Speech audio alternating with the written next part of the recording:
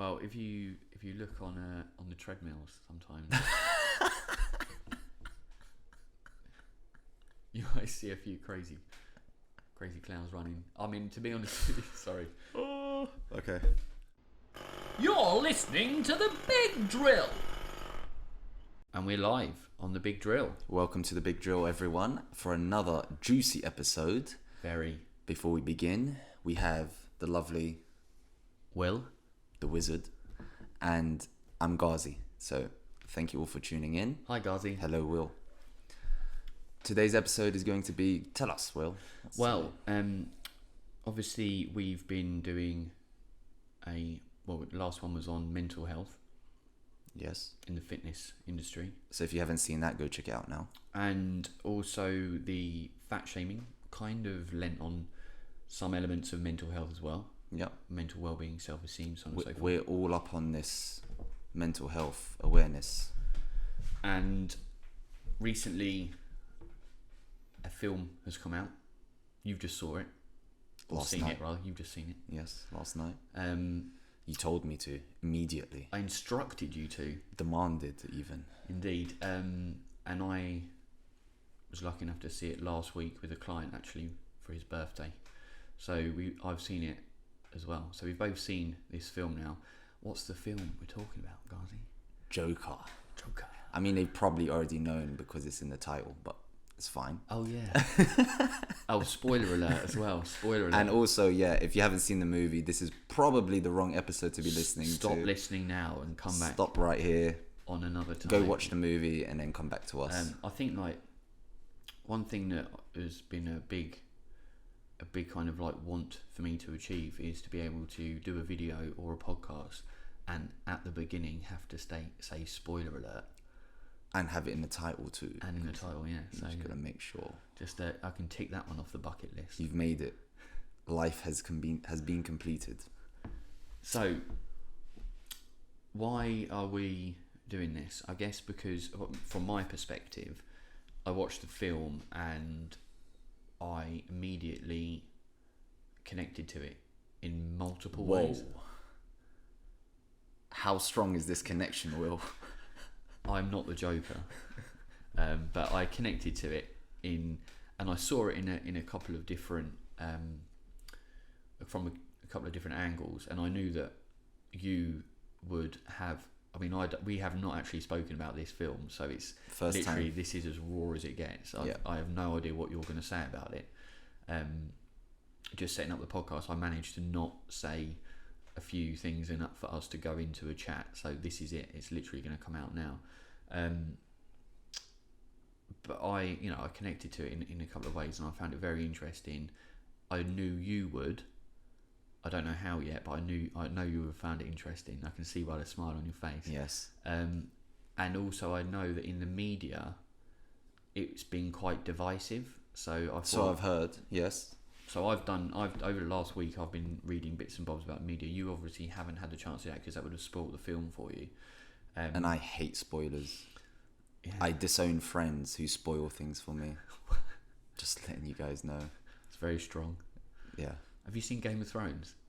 Yeah, and I stopped at the. I don't want to spoil it for people, but I stopped on the Hold the Door episode. Oh, yeah. That was the ending for me. Well, that was a bit of an anticlimax anyway. But this film wasn't an anticlimax for me. I heard that there was there was some good things about it, and also there was some probably some negative things about it as well that were put in the media. But I went in with an open mind when I watched it, and I came away very, very, I came away a bit dazed. When you come out and you watch, when you come out of a film and you can just hear the whole people in the screening just chatting about it and talking about it. Yeah. We went to the pub after, and we sat down and then immediately started to disseminate the film and talk about it and go, this bit, that bit. You were dissecting it and reliving it, not literally, but we were kind of like, I hope not, going through it, and then we started talking about another subject, and we found ourselves coming back round and talking about it again. I was like, this has got to go on a podcast, so that's why I instructed you. And here we are. So, what did you think of the film? So I'm gonna start off by saying I actually think DC movies are garbage. Wow, I just think they are absolutely. that's a big shout. To put into perspective, I thought Aquaman was their best movie. Oh my gosh, really? That's and that's not even that great. However, Yeah. we have a new number one movie for the DC. It is by DC though, right? Yeah, well, it's got to that universe, yeah. That is hands down the best movie they've got. I am even going to go as far as saying, Oh, here we go. it is better than the Marvel movies too. It's a different. It's a. I don't care. It's still better. It takes a very different look upon It superheroes was and villains. absolutely phenomenal. It was. From the music to the acting to the storyline, just phenomenal. So I think that they absolutely nailed the film with regards to the cinematography. Yeah. The scenes were very poignant at various parts. Specifically, they used representation very well of when he was walking up those stairs after like everything had fallen away. A harsh day. Yeah, one of many, but yeah, one of the harshest. And then obviously coming back down the stairs, Full of life after the transformation that had happened for him. And I think also that accompanied with the score, which as it progressed through the movie took you on its own journey. Yeah. Which the deep bass drums and the orchestral compilation of how it progressed into a very dark, very dangerous sounding music that kind of also mirrored at times very like apathetic music, almost very sad and very like slow and but light, and it kind of like bounced around according to what was happening on the cinema on the screen, you know? And I thought that worked really well. The script was fantastic, written Incredible. perfectly. Can I just say one of the best things in the whole movie? What's the actor's name? I don't know his name. Joaquin Phoenix.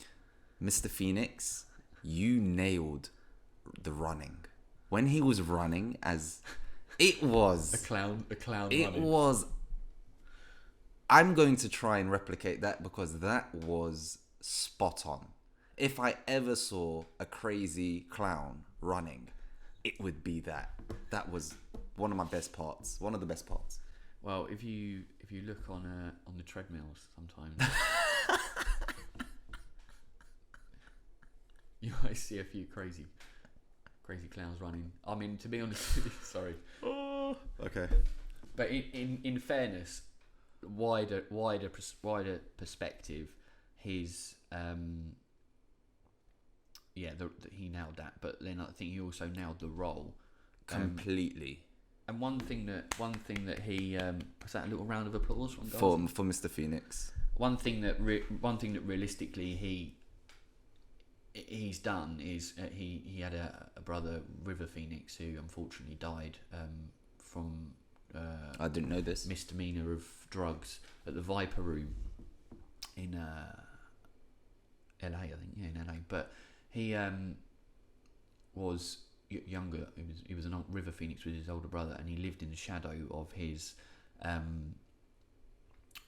older brother, who led the way in acting, and he was in a lot of films that kind of quite poignant, especially in that era. And he had always lived in the shadow. And I think that one of the things that he was very reluctant to take the role. I've read this in a couple of articles. He was very reluctant to take the role because of the role that Heath Ledger played in the trilogy, Dark Knight trilogy. Okay. And how obviously he managed to get a how do you say that? Posthumous. That's it. Posthumous, isn't it? Yeah. Post death. Yeah, that's right. Yeah, a posthumous Oscar for that. And I think that obviously he was always going to be living in the shadow of that particular role. Yeah, it's like trying to follow a legend, isn't it? It's like you've got to be absolutely exceptional. One thing that I do want to say though is that a lot of people, there's a lot of these video comparisons on No. the internet. That's silly talk. But That's silly I talk. mean, one thing that is important, that the journey, or the timeline rather, that Heath Ledger played the Joker was when he was an established villain. He'd gone through, and he was again facing, the Batman, and in that sense, the Batman was the focal actor.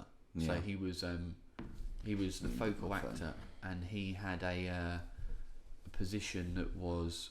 But Heath Ledger had a position that was like secondary supporting, but obviously it was still a massive role. But it was a supporting when you think about the Batman was the kind of main actor, or the main character rather. So timeline was completely different. Joaquin Phoenix played the Joker as an emerging Joker. He actually played the majority of the film as Arthur Fleck. But this is what was so brilliant about the movie. You got to see the character development. It wasn't Batman's there, the evil guy is there. You didn't know. Even Bruce had a little segment of how he first encountered the Joker. Now I'm not really deep into the comics of it, but I assume that's not how the comics went. No, I mean the comics are, there's different portrayals of how. But the original didn't go that way. The original, I think, was actually the Joker was a hired hitman by the mob, and he. We're probably going to get some people correcting us, but that's absolutely fine. He actually was supposedly the person that shot Bruce Wayne's parents, Thomas and Martha Wayne. Oh, is it? And then he went on to go on and do other stuff, and then got dropped in a vat of acid and blah blah blah. So kind of like the story is very different from the movie. Okay, so that's what I assumed. Yeah. So even with that, I thought they nailed the storyline. Yeah. I thought that was brilliant. I think the one area, so obviously bringing it to the point and linking it with the aspects of mental health, I think that the reason why the content of the film has been divisive is the way in which he was portrayed, and the way in which it led to a very obvious journey of mental health depreciation into violence. Now, a lot of the kind of reviews, or not necessarily reviews of the film, but articles which have come off the back of the film, have said, and rightfully so, and I've done an Instagram post about this as well, which if you're listening to this, you can go to that and have a little bit of read of that, because it's quite a bullet point summary basically, which is quite a nice thing to see. But you don't see people which are suffering from mental health or mental illness, on the whole, very small percentage actually are perpetrators of violent crimes. They are normally the victims of violent crimes. So, okay, let me say this then. I get that. That is completely plausible. Yeah, it's factual. Okay, factual.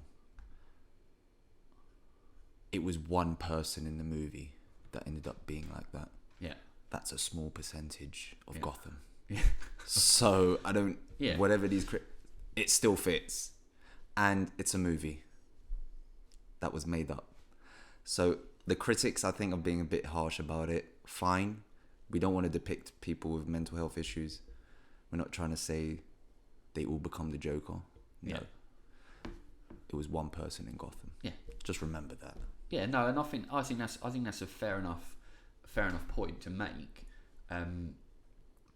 but there is like I'm playing devil's advocate, right? Fine. And you get this kind of like sensational actor character film, and it has a power to raise some sort of awareness, turn people's heads towards it, Yeah. and by doing so, people are engaged with it, right? And that's what they see. Yeah.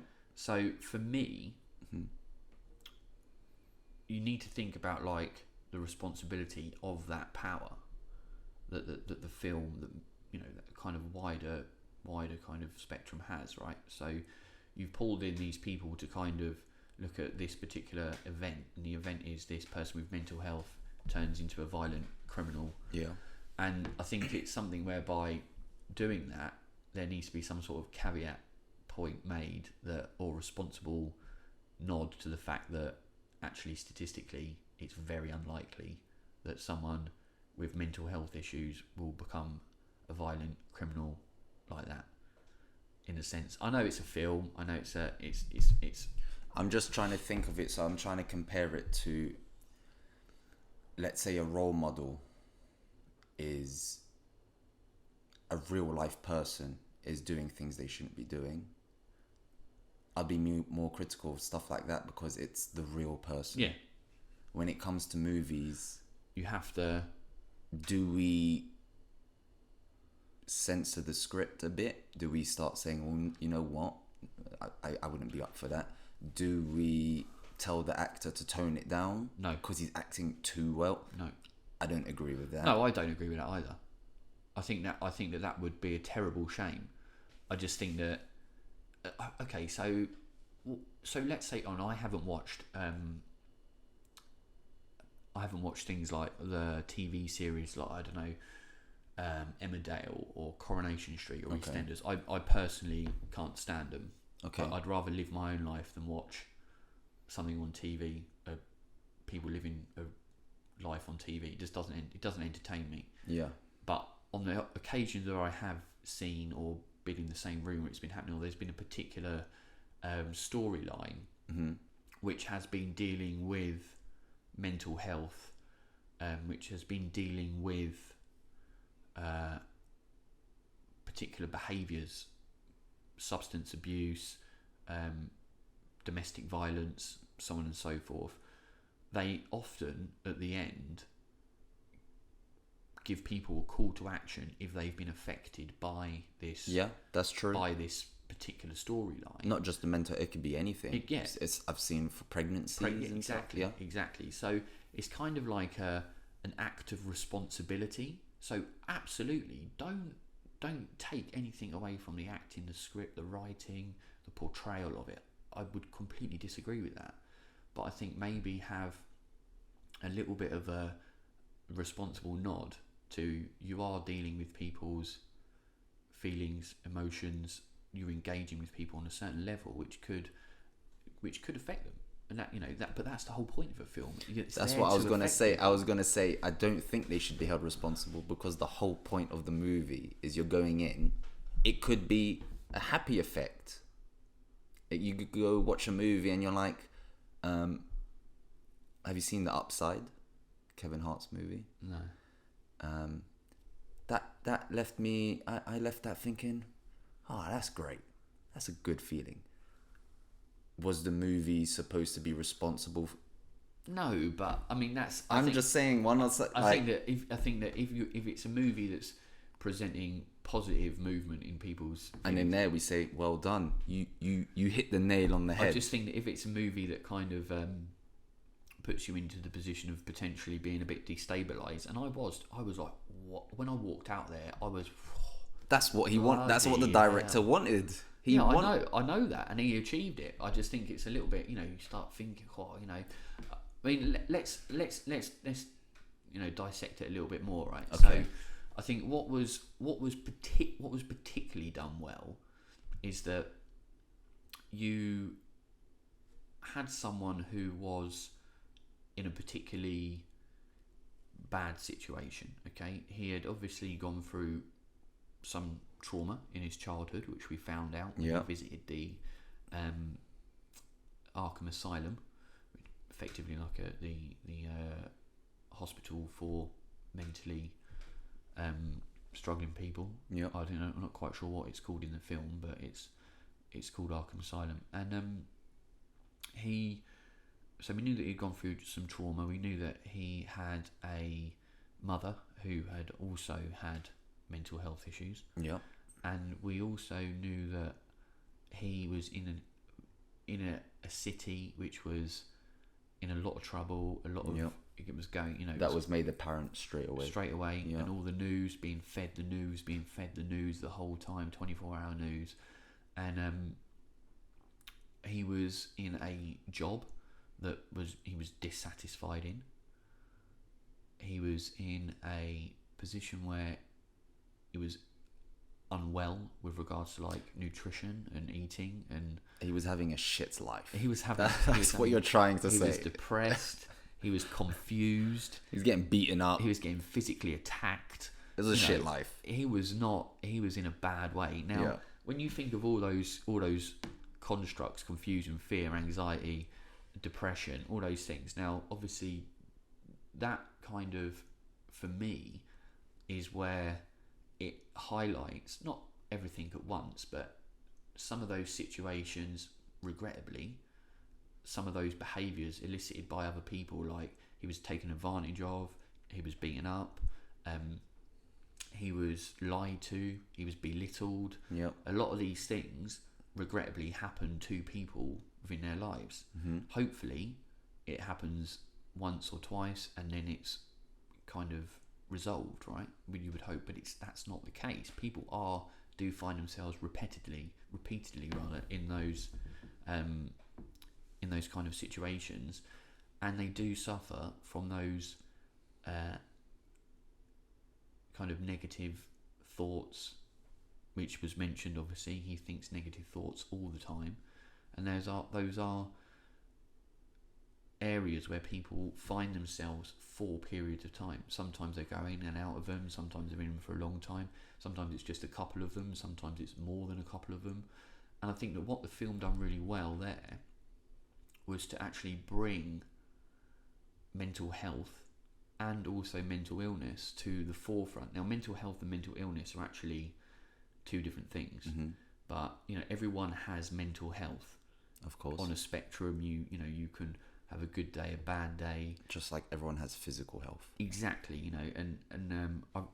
we'll actually in the descriptions put some links to some really good articles, which I think, if anyone is affected by this podcast and wants to look further, then they can. You're taking on the responsibility. Taking on the responsibility, not like the Joker. No, no. He. I don't know who it was. I can't remember who it was actually. Directed. Yeah. I don't know. I'm so bad with names. I'm not great. It was good, well directed though. But I think it's phenomenal. It's important to remember that what it's done is it's brought something about where now there's a lot of people talking about it, and actually, isn't that the best thing, that now people are talking about it more? Yes, I get the narrative that it wasn't a good look for people who are suffering from mental illnesses. I get that it wasn't a good representation of them. This is going to sound so hard. It's just a movie. It's not. If anything, you should applaud that it hit home so hard, because that means that they did a bloody good job. Because if it was a shit movie, no one would be saying anything about it. They were just saying it's a shit movie. They were just, that was a rubbish movie. There'll be no narrative other than that. Yeah. It's because it was done so well that it hit so close, that it was so close to reality. Not the Joker himself. No, but the constructs and the meaning behind it. If you look into it, home. the deeper meaning is a society that isn't in its most, it's not the best society. There are problems within that society. Gotham being the society, obviously, which of course is meant to be like New York, right? Yeah. It's throughout the movie, there's clear representations. They didn't even try and hide it, that Gotham is New York, right? Yeah. And and you've got this like establishment that's in place that's meant to be there supporting the people, and they're actually putting them in a situation where they're kind of, well, by verbal distinctive words, calling them clowns, which is why that whole kind of demonstration started outside the Gotham City Hall, New York City Hall, whatever you want to call it. Yeah. But it's one of those situations where I think that, yeah, I mean, it's worked well. It's worked better than well in being kind of representing it. So I'm going to give an example now. So The Upside, I'm going to use The Upside again because I've watched it recently. Okay. And who's the main character from Breaking Bad? What's his name? I'm not sure. Okay, he's in it as well. But he plays a character who's... This is a spoiler alert. So if you guys want to see the movie, don't listen now. I don't get a choice, apparently, but never mind. What's the... I can't remember how to pronounce it. Quadrupedic? Yeah. Is that the... Yeah. Yeah? So he can't move anything from the neck down. Oh, okay. So he's paralysed. He's paralysed from the neck down. And there was actually... And he played it really well. It was brilliant. And there was actually criticism saying, why is a man pretending to be paralysed? Yeah. Okay. All I can think is, because it's a film, he's acting. I get that. I get that point. Would you want him to do? Be bad at it? That's part of being an actor. You've got to replicate to the T. Yeah. Otherwise, it's poor acting, right? That's the whole. That's the word, acting. You're making a representation of something that you're not actually truly, but you're portraying something. I think it's quite interesting with regards to the attention that this film's got. And when you think about, there's been... I've got a list here in front of me. Donnie Darko, great film. Silence of the Lambs. Yep. I'm just kind of like going into ones that I've personally seen throughout the years. Shutter Island, Black Swan, Rain Man, One Flew Over the Cuckoo's Nest. It was obviously, that's a very long time, 1975. That. Oh wow. But that is one of the greatest films, and it kind of like, it's just a representation here that through the years, Fight Club, A Beautiful Mind, Memento. There's a lot of films which have been released which have and do lean quite heavily in towards different aspects of mental illness and mental health. I think probably more to do with mental illness, but it's not really... They've never really, in my opinion, and from my memory, quite got the same intense response as... But is that because of the age it's been released in? Or are you saying it's because this movie was done that well? I think you release some of those movies in today's world, it would get a similar response. So what you're saying then is that because of the way that, the current climate of the way we're thinking, the way people are thinking, the momentum that people have got towards being more vocal about mental health and mental illness, and being more acknowledging of it, and it becoming less of a taboo, would you say that this film has just struck a chord at the right time, given the right but they situation? did that by design. It wasn't a fluke. Am I wrong in saying that it was released on mental health awareness day? No, it wasn't. It was released about a week before it. Okay, it was so released 4 to 10 days before it. All right, so in the region of, I don't think that was an accident. I think they did that on purpose. They knew what they were doing. Yeah, I think you might be right. What I do find interesting is that when you look at the reviews of the film, so as I said earlier, I've had the opportunity to kind of like pick up a little bit of the media that's kind of come out the back of this, and I won't go into the detail of. I won't read it through, obviously, but in summary, the Guardian reviewed it, and I mean, I'll just read you the title, shall I? Yes, please. And let's hear this. And I'm not sure if the video will be able to pick up your face reaction. Joker review: the most disappointing film of the year. Bullshit. Just straight up bullshit. So that's Peter Bradshaw. Before you go on, I just want to say I never watch trailers or read reviews. Okay. For this exact reason. Yeah. Okay. Well, that's fine. With art forms, it will speak for itself. You don't need to see the trailer. You don't need to read reviews. Okay. If it's good enough, people will talk about it. And my theory worked because you talked about it, and so did others. I went and saw the movie. Yeah. If I had read that, I would have probably never went to see it. Well, this is it. I mean, and that's, I think critical reviews are there as a person's perspective, but I also think it matters who that person represents. I also think stuff like The Guardian have hidden agendas. Well, media in itself has hidden agendas. Not just them, depending on what side you sit, really. Yeah. But in essence, they've, Can I hear more of these? Is there any more of these? How can you say it was? No, I've only picked on The Guardian. Damn because, it! Sorry, but I just, I'm sure there are some other, It just kind of like there's a few sentences in there which is like, it kind of makes you think. Pick one out, if you can find one, because for me that's film of the year. And if you're still listening and you haven't seen the movie, please go and see this movie. It was done so magnificently. I see you desperately trying to find a decent line to say. I just don't agree with it, basically.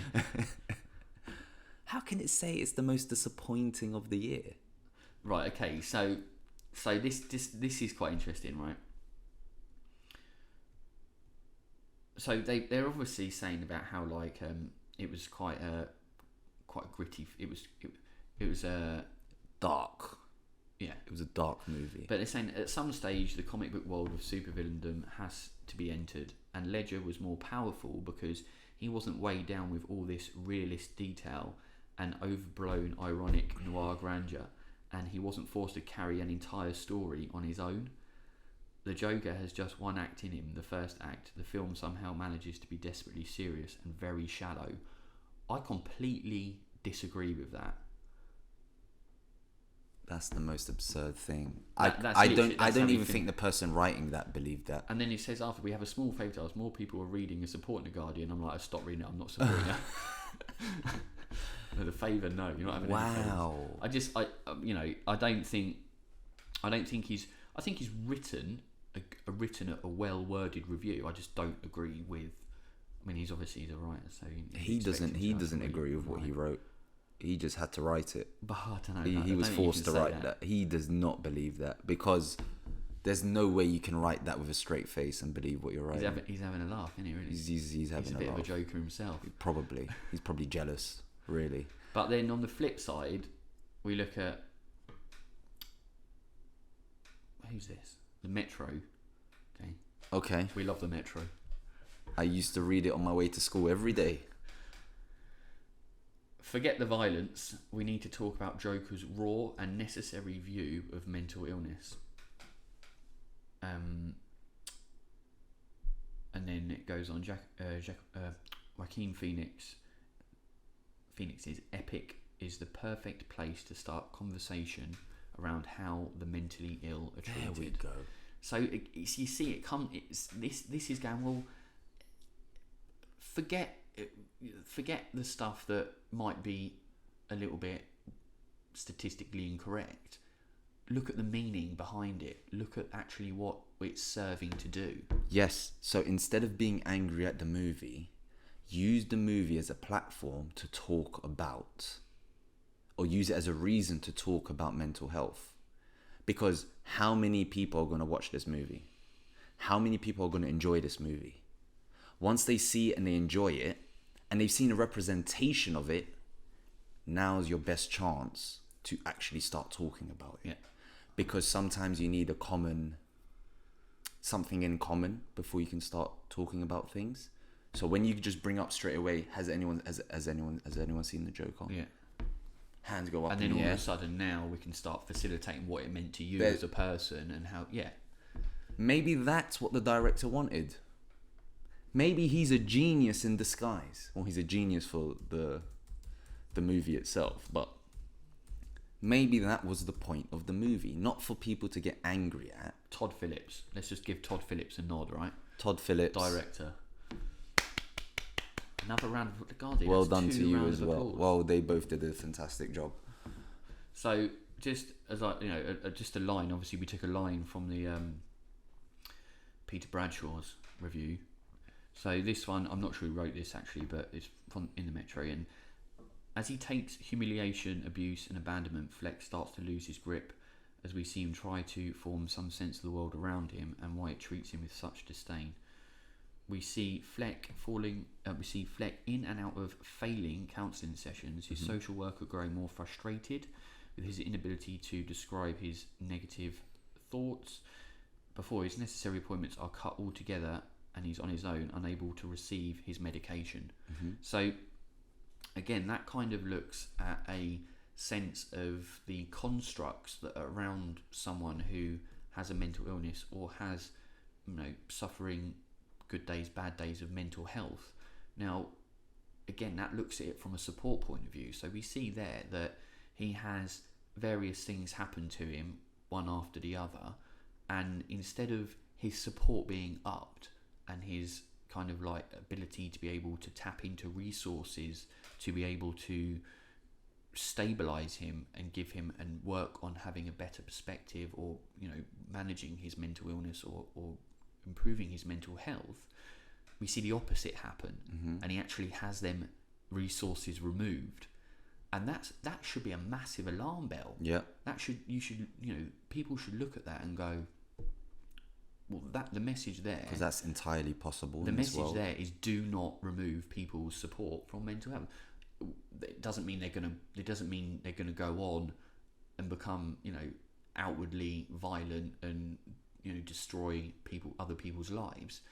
In fact, the opposite's probably going to happen. They probably become inwardly destructive and become more suicidal. So either way, so I think the movie was trying to show that you take that away and it starts making the person worse. It's unlikely to make them any better, is it? Yeah. So it was a bit extreme in the movie, but movies exaggerate. So extreme messages often turn people's heads, right? there you go. So again, I think this was all done by design. He knew what he was doing. Could you go on YouTube and find comments from the trailer? I just want to. So we've read what the critics have to say. I just want to see what everyday people have to say on the channel. Fill the time is something interesting in, guys. I'm gonna be talking about. Otherwise, you're gonna have to edit it out. The last scene. When he's hurt and they've saved him. Yeah. And they've put him on the bonnet of the car. Yeah. And he slowly starts to stand and he does the thing with the blood. He paints the smile. Yeah. That was one of the best scenes in the entire movie. I know. I don't want to ruin your day, mate. And but the dancing. There is a little bit of there's a little bit of debate whether that was a reality or whether that was his own reality in his head that he'd formulated whilst he was in. That's fine. But the message that I loved it. It's still, and I hope it was reality. Make sure that doesn't play. Okay. But that was brilliant. That scene there, that gave me goosebumps. That actually, and at the end of the movie, I've never been in a movie where when the movie finished, everyone applauded. That's never happened to me. Has that ever happened to you? Did they applaud at the end of your movie? No. It was at the Curzon in Victoria. So, what are you trying to say about them? they didn't look like a clapping crowd. Okay, fine. Well, these guys I was like, wow, this is a first. So I was so shocked I didn't clap. I found a comment actually in this YouTube which you're gonna absolutely adore. Let's please. From the earlier part in this podcast, which you mentioned Marvel. So Marvel Endgame made $1 billion. DC, it's not about the money; it's about sending a message. Beautiful. Endgame. I'm sorry, I'm gonna spoil it because if you guys haven't seen the Endgame by now, then you deserve for it to be spoiled. Really, really disappointing. It was very anticlimactic for me. I'm a fan of the Hulk. How dare you not let the Hulk smash? How dare you not let the Hulk smash in the movie? Here's a comment in YouTube. When I go for the Oscar, can you introduce me as the Joker? Yeah, please. I think next episode you must introduce me as the Joker. See, so overall the comments are positive. Is there any negative ones? Yeah, I mean, no, there's not. It's just all positives. Yeah, there's a lot of positives in here. Joker is not a person; it's something deep and hidden inside of many people.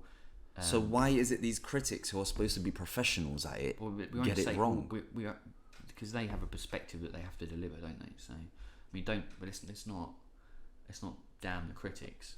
No, I will. But we can criticise the critics. We can criticise the critics. Oh, see how they make drilling deep. There we go. We got to make them see how it feels. Just tell the truth. We know you all loved it. No. Do I really look like a guy with a plan? Do I look like the kind of clown that could start a movement? And again, and I think that probably represents the fact that there is a movement towards mental health awareness. It's not a movement of violent atrocities and such forth, but it is about that kind of progressive opening up around and talking about mental health. Okay. So overall, the comments, the people are saying that was a damn good movie. Oh yeah, I mean, I think for me it was something that, like I said, it did connect with me, and it did make me look at his position in a very humanistic way. And I think that that's the key. You can look at something and you can just see it on a very superficial level of like a guy that was having a bad time and then he decided to turn to a life of crime and stuff. But that's not what happened. No, that isn't what happened. It was deeper than that. There was a lot more meaning behind it. And if you drill deep on the movie and you look in the context of his position and his behaviours and his thoughts and feelings, which he obviously doesn't verbally communicate, but you can kind of like see and so what I loved about the movie is there was so many moments, like multiple moments, where if it had gone the other way, we would not have ended up at the point of where the Joker ended up. Examples of, let's say, Wayne, his supposed father, actually embraced him instead of punching him in the face. Yeah. When he was handed the gun to protect himself. What other moments? Like the train where he started getting beaten up and he did have the gun. Yeah. There was so many key moments that if it had gone the other way or it had never happened, he would never have reached that point. That's why it was so deep. It was like constant shit happening to him that led him to there. It was brilliant. I loved it. So what do you think what do you think like would be is a good message or good, like if you were Todd Phillips and you had the opportunity at the end of the rolling credits to give a message to the people that had watched it, what would it be? That's a tough one. Well, I didn't want to give you an easy one. The question might be, would I even leave a message? Okay. Was there a message at the end of the credits? I didn't stay around to find out. I didn't either. I think it probably would have been documented a bit more if it had. As a director, if I was the director, I would have put all my efforts into just focusing on the movie. Okay. Well, and I would have let other media outlets, like the Metro did, do its thing. Yeah, okay, fair enough. I don't disagree with that. I think you would have left the movie as the movie was, and just. You know what? I think it could even take away from the movie. It can take just a tiny bit from the movie, leaving a message. If you left a message, you think it'd have a. Yeah. Oh, it was about. No, let me wander. Let me Explore yourself. Yeah. But, yeah. Okay, that's fine. Yeah. So you wouldn't put. What about you? I guess this is where you and I differ, right? Mm-hmm. My want to reach out to people in that kind of, and almost like, I don't know, like, I would have happily chipped that little bit away at the movie, Okay. and put out a message to directly from myself if I was the director or the film company or whatever. I would have put it out I would have put it at the end after the credits had rolled, but it would have been like, it would have been something that would have just like reached out, not in a kind of at the end of Coronation Street after the whatever. It wouldn't have been like that. It would have been more artistically done. Yeah. But I definitely would have wanted to have something out there, or even in like some of the literature. I guess you could have like put out something alongside it as a film company or as a director or something. I think maybe I would have done it once the movie was done. So you've watched the movie, and then maybe I would have done like an interview, and I was discussing my intentions behind the movie. Yeah. I think that would be amazing. He should do that. Okay. In my opinion. Yeah. I just think that would really kind of, and I know like an element of like responsibility, but I just think it would have been a good nod to mental. I can see that though. Yeah. I think if he does an interview now, maybe he's waiting for a bit of time so more people can watch it, and then he does an interview and then he explains it. I think that would be perfect. He explains his reasonings and why he did. That would be amazing. That's what I think he should do. Perfect. What did you rate the movie? Out of 10.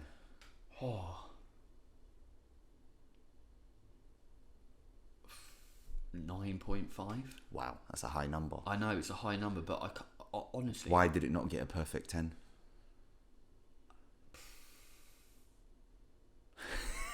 Why have you done this to me? I just thought I'd put you on the spot. I've thought about this. Oh gosh, brilliant! Glad you have. Why wouldn't I give it a perfect 10? I wouldn't give it a perfect 10 because there was no message at the end. Not because of that. Okay. Per se, I think I'd give it 5 out of 5, but I wouldn't give it 10 out of 10. That makes no sense. Life doesn't have to make sense all the time, Fine. you know. Okay, I'm gonna give it a 9 out of 10. Right, here we go. I didn't even ask you, but never reason mind. I'm gonna give my opinion anyway. The one reason it didn't get a perfect 10, there's one moment in the movie that bugged me, and it really bugged me. You know that part where he's trying to get his mother's documents? Yeah. And he then steals it. Yeah. Where did he get the strength? True. That was physically impossible. The guy's hands could move freely. His was trapped. Yet the guy was like twice his weight. Yet he still managed to, and it wasn't like a. It wasn't like a quick steal. It was a struggle. Here's a little bit. I'm going to blow your mind. Go. Maybe the administration clerk really wanted him to have them.